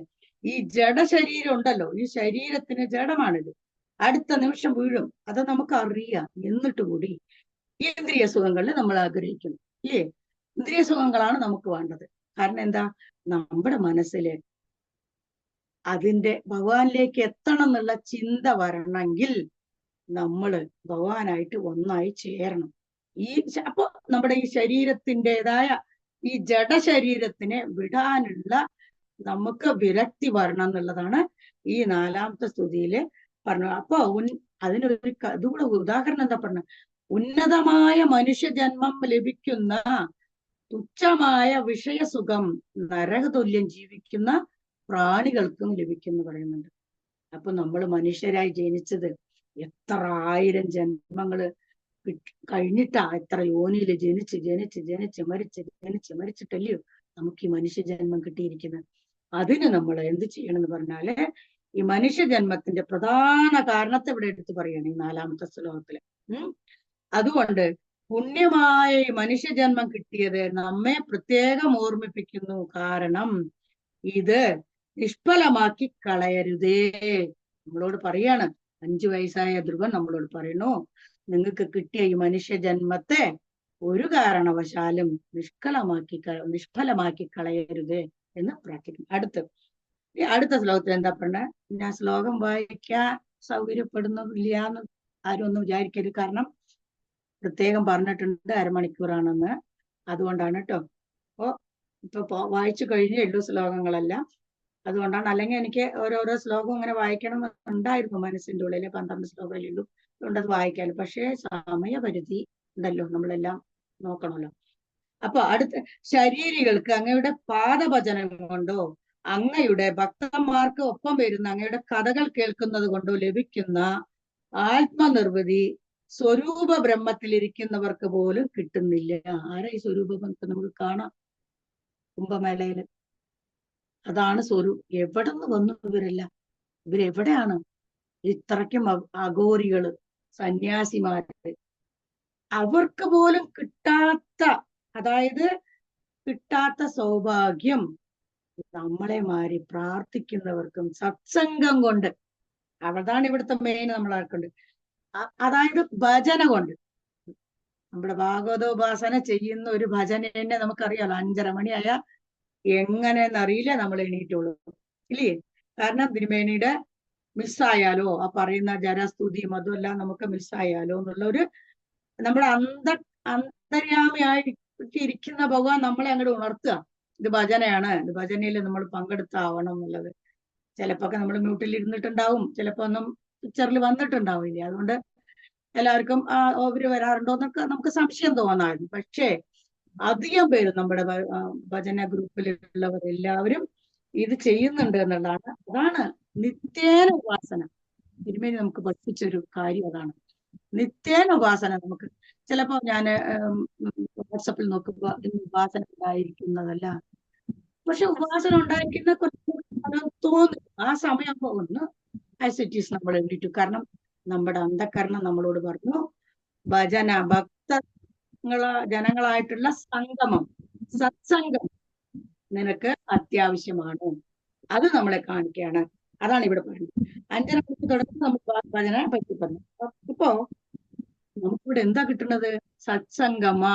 സത്സംഗം, നല്ലൊരു സംഗമം നമുക്കിവിടെ ഈ ഭാഗവതോപാസനയില് കിട്ടുന്നത്. പുണ്യം ചെയ്ത് നേടുന്ന സ്വർഗസുഖവും ദേവന്മാരുടെ വിമാനങ്ങളും സ്വർഗം പോലും കാലത്താൽ നശിച്ചു പോകുന്നതാണ്. അതിനെ കാണിക്കുന്നത് ബുദ്ധിയില്ലായ്മയാണ് എന്ന് പറയുന്നു. കുട്ടി 5 വയസ്സായ കുട്ടി കാലത്താൽ നശിക്കുന്ന ഈ ശരീരത്തെയും ഈ സ്വർഗത്തെയും കാക്ഷിക്കാതെ നിങ്ങൾ ആ സ്വർഗം കിട്ടിയാൽ കാര്യമില്ല. കാരണം നമുക്ക് ശാശ്വതമായ സ്വർഗം കിട്ടണമെങ്കിൽ നമ്മുടെ വിഷയാസക്തമായ ചിന്തയിൽ നിന്ന് ഭക്തികപാര്യമായിട്ട് നമ്മൾ എങ്ങനെ മുന്നോട്ടാവണം എന്നുള്ളതാണ് ഇതിൽ കൂടെ നമുക്ക് പറഞ്ഞു തരുന്നത്. ഇനി അടുത്ത എന്താ പറഞ്ഞ, സംസാര സാഗരത്തെ എങ്ങനെ കടക്കാം എന്ന് പറഞ്ഞു. അതല്ലേ നമ്മളെ കമ്പനിയായ നമ്മൾക്ക് എല്ലാവർക്കും കിട്ടിയ ഒരു ഇതല്ലേ സംസാര സാഗരം. അത്യന്തം ഭക്തിയുള്ള സജ്ജനങ്ങളുമായിട്ട് നിരന്തര സമ്പർക്കം, അല്ല നിരന്തര സമ്പർക്കം നമുക്ക് ഉണ്ടാവണം. അപ്പോഴേ നമുക്ക് എന്താവാൻ പറ്റുള്ളൂ. നമ്മുടെ എന്ത് പറ്റുമല്ലോ, നമ്മൾ ഈ സംസാര സാഗരം കടക്കണമെങ്കിൽ ഒരൊറ്റ വഴി സത്സംഗമായിട്ട് നമ്മൾ വെച്ചാല് അവരുടെ വായിൽ നല്ലത് മാത്രമേ വരുള്ളൂ. ഇപ്പൊ ഞാനും എന്റെ കൂടെ ഒരു ഫ്രണ്ടും കൂടി, അല്ലെങ്കിൽ തിരുമേനിയുടെ പറ്റി നമ്മൾ എന്തെങ്കിലും പറയുകയാണെങ്കിൽ ഞങ്ങള് തമ്മിൽ വർത്തമാനം പറയുമ്പോൾ ഇന്നും തിരുമേനി പറഞ്ഞ ചില കാര്യങ്ങൾ നോക്കുമ്പോഴേ ഇല്ലേ നമുക്കത് ഫോളോ ചെയ്യാൻ പറ്റുമെന്ന് നമുക്ക് നോക്കണല്ലേ. അങ്ങനെ ഭാഗവതത്തിന്റെ കഥ, രാമായണത്തിന്റെ കഥ, അല്ലെങ്കിൽ സുന്ദരകാണ്ഡത്തിൽ എന്ത് ചെയ്തു, അങ്ങനെ ഓരോ കാര്യങ്ങൾ. ഇപ്പൊ തമിഴിലായിട്ട് ഞങ്ങൾ തമിഴ് ആളായിട്ടൊക്കെ സംസാരിക്കുമ്പോൾ അവർക്ക് അവർ കൂടുതൽ ഇമ്പോർട്ടൻസ് കൊടുക്കുന്ന രാമായണത്തിനും സുന്ദരകാണ്ഡം അങ്ങനെയുള്ളത്. എങ്കിലും അതും ഭഗവാന്റെ കഥകളല്ലേ, ആ കഥകളാണ് പറയുന്നത്. ഏറ്റവും വലിയ സത്സംഗമാണ്. അല്ലാതെ ഒന്നും അങ്ങനെ ആകുമ്പോൾ നമുക്ക് എന്ത് കിട്ടുന്നു? നമ്മുടെ ജീവിതത്തില് ഈ വിഷയങ്ങളുണ്ടല്ലോ, അതായത് ഭാര്യ ഭർത്താവ് എല്ലാം കിട്ടുന്നുണ്ടല്ലോ, അവരെല്ലാം ഒരു ലെവൽ വരയ്ക്ക് നമുക്ക് അവരെ സ്നേഹിക്കാൻ പറ്റുള്ളൂ. അടുത്ത് നമ്മൾ അമൃതം പോലെ പാനം ചെയ്ത് ഈ സംസാര സാഗരത്തെ എങ്ങനെ കടക്കണം എന്നുള്ളത് ഈ സത്സംഗം കൊണ്ട് നമുക്ക് കിട്ടുന്നു. കാരണം നമ്മുടെ വീട്ടിൽ കിട്ടുന്നേക്കാളും നമുക്ക് ഈ സത്സംഗം കിട്ടുന്നുള്ളത് ഒരു ഭയങ്കര ഉദാഹരണങ്ങളാണ്. ഒരമ്മമാർക്കും ഞാനെന്ന് പറഞ്ഞില്ല, എല്ലാ അമ്മമാർക്കും അവരുടേതായ ഉദാഹരണങ്ങൾ ഉണ്ടാവും. എനിക്ക് അവിടെ പോയപ്പോ കിട്ടിയ അനുഭവം എന്നെ കൊണ്ട് വിവരിക്കാൻ പറ്റില്ല കേട്ടോ. എത്രയോ പേര് നമ്മൾ പറയണ കേട്ടില്ലേ. അതുപോലെ തന്നെയാണ് നമുക്ക് ഓരോ ആൾക്കാർക്കും. അതാണ് സത്സംഗത്തിൽ മഹിമ എന്ന് പറയുന്നത്. അതുപോലെ ഓരോ സ്തുതിയിലും ഭഗവാൻ വിളിക്കുന്ന പേരുകൾ എന്തൊക്കെയാണോ അറിയോ? ആത്മബന്ധോ, അനന്ത, പത്മനാഭ, പുരുഷോത്തമ. ഇതെല്ലാം വിളിക്കുന്ന സമയത്ത് നമുക്ക് തോന്നുന്നുണ്ടല്ലോ, ഒരു സഹസ്രനാമം കേട്ടതിന്റെ പുണ്യമാണ് നമുക്ക് കിട്ടുന്നത്. ഈ 12 ശ്ലോകങ്ങൾ ഭഗവാന്റെ അതായത് ഈ ധ്രുവ സ്തുതിക്കുന്ന ഓരോ സ്തുതിയിലും ഭഗവാനെ വിളിക്കുമ്പോൾ നമ്മൾ അറിയാതെ നമ്മളും പറയാ ആത്മബന്ധോ, പുരുഷോത്തമ, അങ്ങനെ ഓരോന്ന് പറയുമ്പോ എന്തായി, ഇതൊക്കെ ഭഗവാന്റെ. നമുക്ക് ഒന്നൊരു ദിവസം നമുക്ക് വിഷ്ണു സഹസ്രനാമം വായിക്കാൻ കിട്ടിയില്ല പറഞ്ഞാൽ, അയ്യോ 1000 നാമം വായിക്കാൻ സമയം കിട്ടിയില്ല എന്ന് ഉണ്ടാവും. നിറയെ കാരണങ്ങള് വിഷയസുഖങ്ങൾക്ക് നമുക്ക് പോകാനുണ്ടല്ലോ, അതുകൊണ്ടുണ്ടാവും. അപ്പൊ നമ്മൾ ഈ ഒരു സ്തുതി എടുത്ത് വായിക്കുക, അല്ലെങ്കിൽ ഇതിലൊരു 2 ലൈന വായിക്കുമ്പോ, എന്തെങ്കിലും ഒരു സ്തുതി എടുത്ത് വായിക്കുന്ന സമയത്ത് നമുക്ക് കിട്ടുന്ന എന്താ? ആത്മബന്ധോ എന്നാ ചോദിക്കുന്നു ഭഗവാൻ. പുരുഷോത്തമ, ദാമോദര, മധുസൂദന, അങ്ങനെ ഓരോന്ന് പറയുമ്പോ ആ കഥകളാണ് നമുക്ക് മണ്ടയിൽ ഓർമ്മ വരുന്നത്. പുരുഷോത്തമാന്ന് ചോദിക്കുന്ന സമയത്ത് നമുക്ക് എന്ത് വരുന്നു? ഭഗവാൻ ഓർമ്മ വരുന്നു. ഗോവിന്ദാന്ന് ചോദിക്കുമ്പോൾ ഭഗവാൻ, ദാമോദരാന്ന് ചോദിക്കുമ്പോ കയർ കുട്ടി യശോദാമ്മയും ഓർമ്മ വരുന്നു. അങ്ങനെ ഈ കുട്ടി നമ്മളെ പഠിപ്പിക്കുകയാണ്. അതുകൊണ്ട് എന്നാ ആ ബാലകൻ നമ്മളെ പഠിപ്പിക്കുന്നു. അത് തീർച്ചയായും ശരിയായിരിക്കാം എന്ന് ഞാനും വിശ്വസിക്കുന്നു. എന്റെ ആത്മസുഹൃത്തുക്കൾക്കും അത് അങ്ങനെ ആയിരിക്കുമെന്ന് ഞാനും വിശ്വസിക്കുന്നു. പിന്നെ അടുത്ത സ്തുതിയിൽ എന്താ പറഞ്ഞത്? ഏതൊരുവൻ അങ്ങയുടെ പാതാരബിന്ദത്തെ ആശ്രയിച്ച് ജീവിക്കുന്നു, ചേർന്നിരിക്കുന്നുവോ അവർക്ക് പിന്നെ സംസാര ദുഃഖം ഉണ്ടാവില്ല. രതിയെ ഭഗവാന്റെ രതി ഉണ്ടായാൽ, ഭഗവാന്റെ കഥകൾ കേൾക്കാനായാൽ, ഭഗവാന്റെ കീർത്തനങ്ങൾ പാടാനായാൽ നമുക്ക് വിഷയസുഖങ്ങളിൽ നിന്ന് നമുക്ക് വിരക്തി ഉണ്ടാകുന്ന പറയുന്നു. ഇപ്പോ തിരക്കുകള്, വൃക്ഷങ്ങള്, പക്ഷികള്, സർപ്പങ്ങള്, ദേവന്മാര്, അസുരന്മാര്, മനുഷ്യർ എന്നിങ്ങനെ വിവിധ ജീവന്മാരിൽ വ്യാപിച്ചിരിക്കുന്ന അങ്ങയുടെ സ്ഥൂല രൂപത്തെ ഞാൻ അറിയുന്നു. ഇവിടെ കുട്ടിക്ക് ഒരു സങ്കടമുണ്ട്. എന്താ പറഞ്ഞ? ഭഗവാൻ എല്ലാവിധ, ആദ്യം തന്നെ ഞാൻ പറഞ്ഞു, സത്യലോകങ്ങളിലെല്ലാം അന്തർലീനമായിരിക്കുന്ന ഭഗവാൻ ഏകനാണെന്നും പറയുന്നുണ്ട്. അപ്പോഴും ഞാൻ ഭഗവാന്റെ സൂക്ഷ്മ രൂപത്തെ, അതായത് സ്ഥൂല രൂപത്തെയാണ് ഞാൻ അറിയുന്നത്. സൂക്ഷ്മ രൂപത്തെ എനിക്ക് അറിയാൻ കാണിച്ചു തരുമെന്ന്. ഭയങ്കര നല്ല ശ്ലോകമല്ലേ ഇത്. അത് നമ്മൾ എന്നും ഫസ്റ്റ് ശ്ലോകം എല്ലാവർക്കും അറിയാമെന്നറിയാം. ഇത് നമ്മൾ പിടിച്ചു വെക്കണം. പക്ഷേ സൂക്ഷ്മ രൂപത്തെ എനിക്കറിയാൻ കഴിയുന്നില്ല ഭഗവാനെ. അതുകൊണ്ട് ആ രൂപത്തെ വേറെ വ്യക്തമാക്കുന്നില്ല. അതിനാൽ ഭക്തിയുടെ അല്ലാതെ ജ്ഞാനമാർഗത്തിലെ എനിക്ക് ഭഗവാനെ പ്രാപിക്കാൻ തനിക്ക് കഴിയുന്നില്ല എന്ന് തന്റെ സങ്കടത്തെ ഭഗവാനോട് പറയുകയാണ് ചെയ്യുന്നത്. അങ്ങനെ ഭക്തിയുടെ മാഹാത്മ്യത്തെ എടുത്തു പറയുന്നു ഈ ശ്ലോകത്തില്. ഭക്തിക്കാണ് മുഖ്യം, ജ്ഞാനത്തിനല്ല. ജ്ഞാനം വേണം, ജ്ഞാനമില്ലാമ ഭക്തി വരില്ല. അതുകൊണ്ട് പക്ഷെ ഭഗവാന്റെ രൂപത്തെ എങ്ങനെ നമ്മൾ സ്മരിക്കണം എന്നുള്ളത് ഭക്തിയിലെ, ഭക്തന്മാരുടെ സത്സംഗത്തില്, അതായത് സജ്ജനങ്ങളിലൂടെ നമുക്ക് കഴിയും. ഇപ്പൊ അടുത്ത ശ്ലോകത്തില് കൽപ്പാന്ത അവസാനത്തിൽ സമസ്തവും തന്നിൽ അടക്കിക്കൊണ്ട് ആദിശേഷനാകുന്ന സഖാവിനോടുകൂടി ശയിക്കുന്നു. ഏതൊരു നാഭിയിൽ നിന്ന് ബ്രഹ്മാവ് ജനിച്ചുവോ ആ പുരുഷോത്തമ നമസ്കാരം. ഭഗവാനെ വിളിക്കുന്നതാ, പുരുഷോത്തമ നിനക്ക് നമസ്കാരം. അടുത്ത ഭഗവാനെ നിത്യമുക്തനാണ്. നിത്യമുക്ത നിർവികാരം, നമ്മള് സത്യാനന്ദ അത് സ്വരൂപൻ എല്ലാം. നമ്മളിപ്പോ ഭട്ടത്തിരി ആവട്ടെ, വ്യാസമഹാഭഗവാനാവട്ടെ, എല്ലാരും ഭഗവാനെ സാന്ദ്രാനന്ദാവബോധാത്മകം അനുപമിതം കാലദേശാവധിഭ്യം എന്നല്ലേ പഠിപ്പിക്കുന്നത്. നമ്മളെല്ലാവരും പഠിക്കുന്നതും അതാണ്. അതുപോലെ നമ്മുടെ കാലങ്ങൾക്കും ദേശങ്ങൾക്കും അതീതനായിരിക്കുന്ന ഭഗവാനെ പരിശുദ്ധ ബോധസ്വരൂപനുമാണ്, സർവത്ര വ്യാപിച്ചിരിക്കുന്നവനുമാണ്. ആ ഭഗവാനെ ഞാനിതാ നമസ്കരിക്കുന്നു എന്ന് പറഞ്ഞിട്ട് പിന്നെ ഈ സത്വരജോ ഗുണങ്ങൾ എന്തുകൊണ്ടുണ്ടായി എന്ന് പറയുന്നത് സകലതും കർമ്മബലത്തിന്റെ ബലതാവതാവുന്നു ഭഗവാനെ എന്ന് പറഞ്ഞ് പിന്നെ ലോകത്തിന്റെ ഉൽപ്പത്തി സ്ഥാനവും, രണ്ടാമത് ഒന്നോട് ചേരാതിരിക്കുന്നതും അനന്തവും ആനന്ദ സ്വരൂപനുമായിരിക്കുന്നതുമായ ആ ബ്രഹ്മത്തെ ഞാനിതാ വണങ്ങുന്നു എന്ന് പറയുന്നു. അവസാനമായിട്ട് ഭഗവാനെ വണങ്ങി സ്തുതിക്കുകയാണ്. അങ്ങനെയാണ് ഈ എന്തോ അത് സ്തുതിയെ പറ്റിയിട്ട് തിരുമേനി പറയാൻ പറഞ്ഞു. അത് എത്രത്തോളം മറ്റുള്ളവർക്ക് ഉപകരിച്ചു എന്ന് എനിക്കറിയില്ല. എന്നാലും സ്തുതിയെ പറ്റി പറഞ്ഞു. പക്ഷേ ഇവിടെ നമ്മൾ ഇനി ഒന്നും കൂടെ അറിയാനുണ്ട്. ഇപ്പോ എന്താ പറഞ്ഞറിയോ, ഈ അവസാന ശ്ലോകത്തിൽ ഒരു എക്സാമ്പിൾ പറയുന്നുണ്ട്. അത് നമുക്ക് കേൾക്കാം. അവസാന ശ്ലോകത്തില് ആരാണോ അങ്ങയുടെ പാതാരബന്ധത്തെ നിരന്തരം ആശ്രയിക്കുന്നത് അവന് അങ്ങ് അനുഗ്രഹം വർഷിക്കുന്നു. ഏതുപോലെ എന്നാൽ കടിഞ്ഞൂൽ പ്രസവിച്ച പശു അതിന്റെ കുട്ടിയെ പാൽ നൽകി സംരക്ഷിക്കുന്നത് പോലെ ദുഃഖിതരായ ഞങ്ങളെ അനുഗ്രഹിക്കണമേ, അനുഗ്രഹിക്കണമേ ഭഗവാനേന് ബന്ധുവായിട്ട് അനുഗ്രഹിക്കണമേന്ന് പ്രാർത്ഥിച്ചുകൊണ്ടാണ് അവിടെ. പിന്നെ ഇപ്പോ ഇത് സ്തുതി കഴിഞ്ഞ ശേഷം ഈ ധ്രുവന് എന്ത് സംഭവിച്ചു എന്നുള്ളത് കൂടി നമുക്കറിയാം. ഭഗവാൻ പ്രത്യക്ഷപ്പെട്ടു. എന്നിട്ട് ഭഗവാൻ പറഞ്ഞു എന്ത് വരമാണെന്ന് വേണ്ടതെന്ന് ചോദിക്കണം. പക്ഷേ ഇവിടെയാണ് നമ്മൾ ഒന്ന് ആലോചിക്കുന്നുണ്ട്. ഇത്രയും സ്തുതിച്ച ധ്രുവൻ എന്തുകൊണ്ട് മോക്ഷത്തെ ചോദിച്ചില്ല എന്നൊരു ക്വസ്റ്റ്യൻ വരുന്നുണ്ട്. നമ്മുടെ ഭാഗവതത്തിൽ ഒരു ക്വസ്റ്റ്യൻ വരുന്നുണ്ട്. അതിന് കാരണം എന്താ പറഞ്ഞാല്, കാരണം താൻ വളർന്ന സിറ്റുവേഷനില് തനിക്ക് കിട്ടിയ ആണുങ്ങളുടെ, അതായത് മനസ്സിലുണ്ടായ, അതായത് ചെറിയമ്മയുടെ നിന്ന് കിട്ടിയ വാക്കുകള് തന്റെ മനസ്സില് എന്തുമാത്രം ആഴത്തിൽ ഇറങ്ങിയിട്ടുണ്ട് എന്നുള്ള ഒരു ഉദാഹരണമാണ്.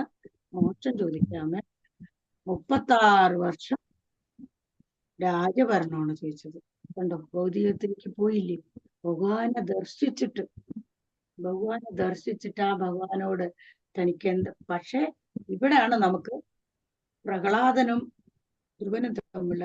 എന്നാലും പക്ഷെ ഭഗവാൻ ഈ ചെറുപ്പത്തിൽ ഇത്രയും ചെയ്തുകൊണ്ടാണ് ധ്രുവപദം കൊടുത്ത് ഭഗവാൻ 36 വർഷം കഴിഞ്ഞാലും ഭഗവാൻ ധ്രുവപദം കൊടുത്ത് അനുഗ്രഹിക്കുന്നുണ്ട്. എങ്കിലും ഒരു നിമിഷത്തിന്റെ ഒരു വ്യത്യാസത്തില് എന്തുകൊണ്ട് ധ്രുവന് അങ്ങനെ ഒരു മാറ്റം വന്നു? ചിലപ്പോ നമ്മൾക്ക് ഉണ്ടാവാം അതുപോലെ. ഭഗവാൻ നമുക്ക് ചിലപ്പോ നമുക്കറിയാം, പ്രത്യക്ഷത്തിൽ ഭഗവാൻ നമുക്ക് ശംഖുചക്രഗദാധാരിയായിട്ടൊന്നും പ്രത്യക്ഷപ്പെട്ടില്ല. ചില സമയത്തൊക്കെ നമുക്ക് ഉപകാരപ്രദമായിട്ട് ചില കാര്യങ്ങള് ചില ഗുരുക്കന്മാരാലെ നമുക്ക് കിട്ടാറും ഒക്കെ ഉണ്ട്. പക്ഷെ എന്നാലും നമുക്ക് അതുകൊണ്ട് തൃപ്തിപ്പെടണമെന്ന് നമ്മുടെ മനസ്സിന് തോന്നാറില്ല. പിന്നെ നമ്മുടെ ആ വിഷയസുഖങ്ങളിലേക്ക് എന്നെ തിരിച്ചു പോയിട്ട് എനിക്ക് അത് കിട്ടണം ഇത് കിട്ടണം പറഞ്ഞ് ഗുരുവായൂർ പോയിട്ട് പ്രാർത്ഥിക്കുകയും ചെയ്യും. ഇവിടുന്ന് കഷ്ടപ്പെട്ട് ട്രെയിനിൽ പുണ്യമാരിയുള്ള ആൾക്കാർ കഷ്ടപ്പെട്ട് ട്രെയിനവിടെ പോയിട്ട് ഭഗവാന്റെ മുമ്പിൽ നിൽക്കുമ്പോൾ കണ്ണു അടയ്ക്കും. അതൊരു തമാശയായിട്ട് പറയും എല്ലാ ഗുരുക്കന്മാരും. അതുപോലെ ഞാൻ പറഞ്ഞു, ഞാൻ അവിടെ പോയി കണ്ണടയ്ക്കാറില്ല. കാരണം എനിക്ക് അറിയാം കണ്ണടച്ചാ പോയി കാര്യം. പിന്നെ അവരവിടെ നമ്മളെ പോകുന്നല്ലേ പറയുന്നത്. പോകൂ, ഈ ജന്മം നല്ല വഴിക്ക് പോകൂ എന്നാണ് അവർ പറയണത്. പക്ഷെ നമ്മൾ മനസ്സിലാക്കണം എന്തായിരുന്നു, പൊക്കോളൂ പറയുമ്പോ നമ്മൾ വിചാരിക്കും ഇവിടെ നിന്ന് പൊക്കോളൂ എന്നുള്ളതാണ് അതിന്റെ അർത്ഥം. നമ്മളൊക്കെ അങ്ങനെയല്ല അവർ പറയണത്. ഈ വിധത്തിലും കൂടെ നമുക്ക് എടുക്കാം. നല്ലത് ചെയ്യാൻ പോകൂ, നല്ലത് ജീവിക്കൂ, വിഷയസുഖങ്ങളെ കളയൂ, അത് കളയൂ. അതാണ് മാറി നിൽക്കൂ പറയുമ്പോ എന്താണറിയോ, ഈ സംസാര സാഗരത്തിൽ നിന്ന് മാറി നിൽക്കൂ. നമ്മുടെ ആധ്യാത്മികതയ്ക്ക് ഓടിപ്പോയി ചിലപ്പോ അടുത്ത ലൈനിൽ നിന്ന് പിന്നെയും വരൂ. പറയണ എന്തുകൊണ്ടാ, ഈ വിഷയസുഖങ്ങളെ കളയും, കുറച്ച് കളയുന്നതാണ് എന്റെ അർത്ഥം. ഇപ്പോ പിന്നെ പശ്ചാത്തപിക്കണം. തന്റെ ജീവിതത്തിൽ ഞാൻ അത് ചെയ്തില്ലല്ലോ എന്നുള്ളത് ഒരു പശ്ചാത്താപമായിട്ട് നമ്മുടെ ബോധത്തിലുണ്ട്. അതെന്താ പറഞ്ഞാല്, അനേക ജന്മങ്ങൾ കൊണ്ട് സനകാദികൾക്ക് പോലും സ്വരൂപത്തെ അറിയാൻ കഴിഞ്ഞത് ആർക്കാ കഴിഞ്ഞത്? സനകാദികൾക്ക് അനേക ജന്മം എടുത്തിട്ടാണ്. പക്ഷെ 6 മാസം കൊണ്ട് എനിക്ക് കിട്ടിയില്ലേ ഭഗവാനെ. എന്നിട്ടാണല്ലോ ഞാൻ ഈ സംസാര സാഗരത്തിലേക്ക്. ഇത് നമ്മളെ പഠിപ്പിക്കുന്ന ഒരു പാഠമാണ്. നമുക്ക് ഒരു നിമിഷം കിട്ടുന്നുണ്ടെങ്കിൽ ആ നിമിഷം നമ്മള് ഭഗവാനിലേക്ക് എത്താനുള്ള വഴി എന്താണെന്നാണ് ചിന്തിക്കേണ്ടത്. അല്ലാതെ വിഷയസുഖങ്ങളിലേക്ക് എത്താൻ എന്താ വഴി, അല്ലെങ്കിൽ ഈ ശരീരത്തെ പോഷണം കൊടുത്ത് ഇതിനെ നിയന്ത്രിക്കാൻ എന്താ നമ്മൾ ചെയ്യേണ്ടത്? അല്ലെങ്കിൽ ഈ വായ, മൂക്ക്, കണ്ണ് എല്ലാം ഉണ്ടല്ലോ, ഇതിനെയൊക്കെ അഴകുപെടുത്താൻ എന്താ ചെയ്യേണ്ടതെന്ന് ചിന്തിക്കേണ്ടത്. ഉള്ളിലിരിക്കുന്ന സ്വരൂപത്തെ എങ്ങനെ ദർശിക്കണം, എങ്ങനെ അതിനെ പിടിക്കാം നമ്മള് എന്നുള്ളതാണ് നമ്മള്. അതെനിക്ക് കിട്ടിയിട്ട് കൂടെ ഞാൻ കൈവിട്ടുവല്ലോ ഭഗവാനെ എന്ന് ഇവിടെ ധ്രുവൻ വാചാതി. അത് നമുക്ക് ഉണ്ടാവാൻ പാടില്ല. നമുക്ക് കിട്ടിയ മനുഷ്യ ജനങ്ങളായ എൻ്റെ സുഹൃത്തുക്കളെ, നമ്മൾ ഒരു നിമിഷം പോലും അതിനെ വെറുതെ കളയാതെ വാക്കാല്, അതായത് ശ്രവണം, താലം, എല്ലാം ശ്രവണം, കീർത്തനം, അതുപോലെ സേവനം, എല്ലാ കാര്യങ്ങളും ചെയ്തുകൊണ്ട് നമ്മൾ നവഭക്തിയോടുകൂടി ഭഗവാനെ നമ്മളിൽ ഉള്ളിലേക്ക് കൊണ്ടുവരാൻ പ്രാർത്ഥിക്കണം എന്ന് പറയുന്നത്. അവസാനം പറയുന്നുണ്ട്, ബഹുകാലം കഴിഞ്ഞാലും നശിച്ചു പോകുന്ന ഈ രാജസ്ഥാനത്തെയാണല്ലോ ഞാൻ യാചിച്ചത്, അല്ലയോ ഭഗവാനെ എന്ന് പറയുന്നുണ്ട്. ഇത് എന്ത് പറഞ്ഞാല്, ഉറങ്ങിക്കിടക്കുന്നവൻ സ്വപ്നത്തിൽ കാണുന്ന വസ്തുക്കൾ അവനിൽ നിന്ന് വേറിട്ടതാണെന്ന് ധരിക്കുന്നത് പോലെ. അത് അങ്ങനെയാണ് ഇപ്പൊ നമ്മളെ ഈ രാജസ്ഥാനത്തെ ധ്രുവൻ തനിക്ക് വേണമെന്ന് ഭഗവാനോട് പറഞ്ഞു എന്നാണ് ഇവിടുത്തെ ഉദാഹരണം. ഇപ്പൊ കഠിന തപസ് കൊണ്ട് ജഗദീശ്വരനെ സന്തോഷിപ്പിച്ച ശേഷം ആരില്ലാത്ത ചികിത്സ ചെയ്തിട്ട് വലിയ കാര്യമുണ്ടോ? അതുപോലെയാണ് പറയുന്നത്. കഠിന തപസ് കൊണ്ട് ജഗദീശ്വരനെ കിട്ടിയിട്ട് സന്തോഷിക്കാണ്. പുണ്യജന ഉപജുദാഹ തമഭ്യതാവൻ കുപിത ഉദായുധ സുവർണമുന്നത ഇവാഹയാം. സമയമായി എന്ന് കാണിക്കുകയാണോ മനസ്സിലാവുന്നില്ല. അപ്പൊ ധ്രുവസ്തുതിയില് ഭഗവാനെ എന്ത് വിധത്തില് സ്തുതിച്ചു ധ്രുവൻ, എന്നിട്ട് എന്ത് അവസാനം കിട്ടി. പക്ഷേ അതിലിടയ്ക്ക് കുറെ കാര്യങ്ങൾ വരുന്നുണ്ട്. ഉത്താനപാദന് പിന്നെ മനസ്സ് മാറി സുരുചിയും തിരിച്ച് രാജ്യത്തിലേക്ക് ധ്രുവം വരുന്ന സമയത്ത് രാജഭാരം എടുത്ത് 36 വർഷം നല്ല രാജഭാരം നടത്തി. അതിലിടയ്ക്ക് അനിയന്മാര് വേഷമാര് കൊന്നു, അവരോട് യുദ്ധം ചെയ്തു. ഇതെല്ലാം കഴിഞ്ഞ് മാനസാന്തരപ്പെട്ട് ഭഗവാനോട് മോക്ഷപ്രാപ്തി പ്രാപിച്ച് ഭഗവാനിൽ എത്തിച്ചേർന്നു. അപ്പൊ ആ സമയത്ത് ഭഗവാൻ ഈ ധ്രുവപദത്തെ കൊടുത്ത് ധ്രുവനെ അലങ്കരിച്ചു. ഇന്നും നമുക്ക് ആ ധ്രുവ നക്ഷത്രത്തെ കാണാൻ പറ്റുന്നതാണ്. അങ്ങനെയുള്ള കാര്യങ്ങളെല്ലാം പറഞ്ഞുകൊണ്ടാണ് ഈ പ്രകരണം ഇവിടെ അവസാനിക്കുന്നത്. ഹരേ കൃഷ്ണ. ഗുരുവായൂർ അമ്മ വരൂ, അമ്മ വേഗം വരൂ, കഴിഞ്ഞു. ഗോവിന്ദ ഗോവിന്ദ, ഹരേ രാമ രാമ രാമ ഹരേ ഹരേ, ഹരേ കൃഷ്ണ കൃഷ്ണ കൃഷ്ണ ഹരേ ഹരേ. ഇതുവരെ ധ്രുവൻ എന്ന കഥാപാത്രം എത്ര കണ്ട് നമ്മളുടെ മനസ്സിൽ സ്ഥാനം ഉണ്ട്, അല്ലെങ്കിൽ എത്ര ഉണ്ടാവണം എന്നുള്ളത് തെളിയിച്ച് തന്ന അടുത്ത അല്ലെ നിറദീപമായിക്കൊണ്ട് കത്തിക്കൊണ്ടിരിക്കുന്ന ഭാഗ്യം അമ്മയ്ക്ക് കോടി കോടി നമസ്കാരം. എന്തായാലും ഈ ഒരു ധ്രുവത നമുക്ക് കൊണ്ടുവരുവാൻ, ധ്രുവം എന്ന് പറഞ്ഞാൽ ദൃഢമാണ്, ഉറപ്പാണ്. ആ ഉറച്ച ഒരു വിശ്വാസം ഓരോരുത്തരിലും അടിച്ച് ഏൽപ്പിക്കുന്ന രീതിയിലുള്ള അമ്മയുടെ വാക്കുകൾ വളരെ അധികം വിലപ്പെട്ടതാണെന്ന് നമുക്ക് എല്ലാവർക്കും അറിയാം. അമ്മയുടെ പാദങ്ങളിൽ നമസ്കരിച്ചുകൊണ്ട് നമ്മളിതാ പാരായണത്തിനായിട്ട് പോകുന്നു. ഗോവിന്ദനാമ സങ്കീർത്തനം. ഗോവിന്ദ ഗോവിന്ദ.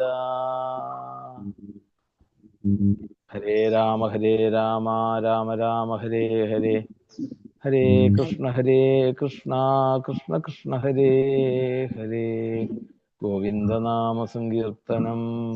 ഗോവിന്ദ ഗോവിന്ദ. ഇനി 11ാമത്തെ അധ്യായമാണ് പാരായണം ചെയ്യേണ്ടത്. ശോഭന പാലക്കാട്. ഇനി നമ്മൾ ഉച്ചക്കലത്തെ ടൈം ഒന്ന് കുറയും.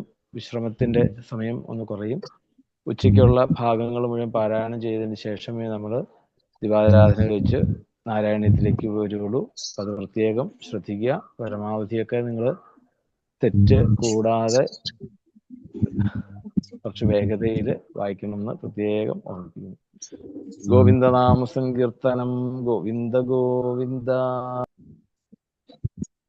ഏകാദശോऽധ്യായः ऐतरेय उवाच सम्यगर्वामेवाक्षीणां वंशित्वा तं ददेता उपस्पृश्य यन्नारायणमिदं तं धीयमाने तस्मिन्माया गृह्य निर्मिता क्षिप्रं विनेषु विद्राक्लेशा ज्ञानोदये यथा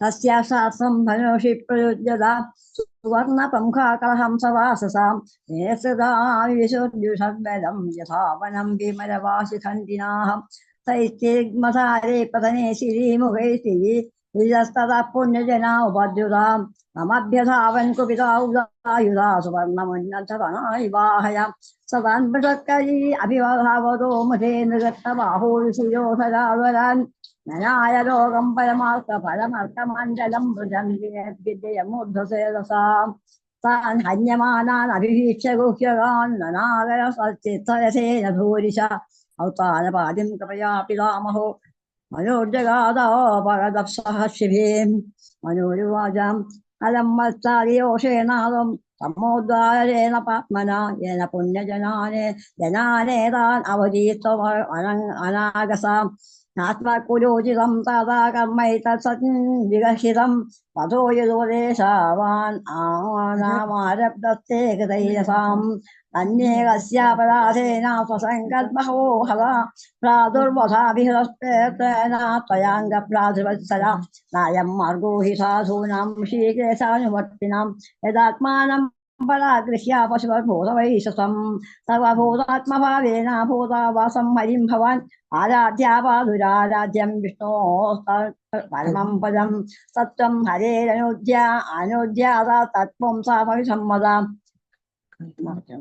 कथं त्ववद्यं कृतवान् अनुशिक्षन् सदामृतम् इति तया करुणया मैत्यादाखिलजन्तुषु समत्तेन च सर्वात्मा भगवान् सम्प्रसीदति सम्प्रसेन्ने भगवति पुरुषप्राकृते गुणैः विमुक्तो जीवजन्मुक्तो ब्रह्मनिर्वाणमिच्छति भूतैः पञ्चभिराब्धैयोषित् पुरुषप्रेव हि तयो व्यवायासद्भूतिर्योषित् पुरुषयोरिह एवं प्रवर्तते सर्गास्ति संयमयेव च गुणव्यतिकराजन्माया परमात्मना निमित्तमात्रं दत्तासि निर्गुणं पुरुषशः त्यक्ता व्यक्तमिदं विश्वं यत्सर्वपरिव्योहवद सर्गजं भगवन् कालशक्त्या गुणप्रवाहेण भविभक्तवीर्य करोत्य कर्तैव हवः निरन्ध्यहन्ता त्यक्ता विभुं न खलु दुर्विभाव्याम् सोऽनन्दोऽन्धकरकालो नादिरादिगतवीरं जनं जनेन जन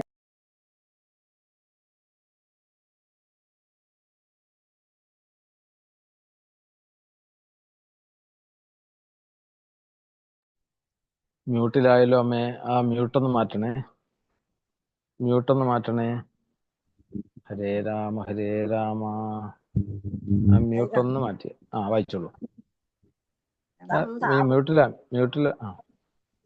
यथारजां चनिदं भूतसङ्घाः आयुषोपातयं जन्तो तथैवोपचयं विभु उपाभ्यां रहितस्वस्थो दुस्तस्य विदधात्कसौ चेदकर्म वदन्तेनं स्वभावमवरेदपा एके कालं परे दैवं पुंसा पाममुदापरे अव्यक्तस्य प्रमेयस्य नानासख्युदयस्य च अवैतगीषितं तादा को वेदासा स्वसम्भवं तथैरें पुत्रप्रादुर्हन्तारोधनदायुगा विसर्गादानयोस्तादा पुंसा पुंसो दैवं हि कारणं स एवं विश्वं सजति स एवावादिहन्त्य च अधारीशनाहङ्कारा नाज्यते गुणकर्मभिः यथभूतानि भूतात्मा भूतेषु भूतभावना स्वशक्त्या मायायुक्ता सृजत्यच्युतपालिताम् तमेव मृत्युममृतं तावदैवं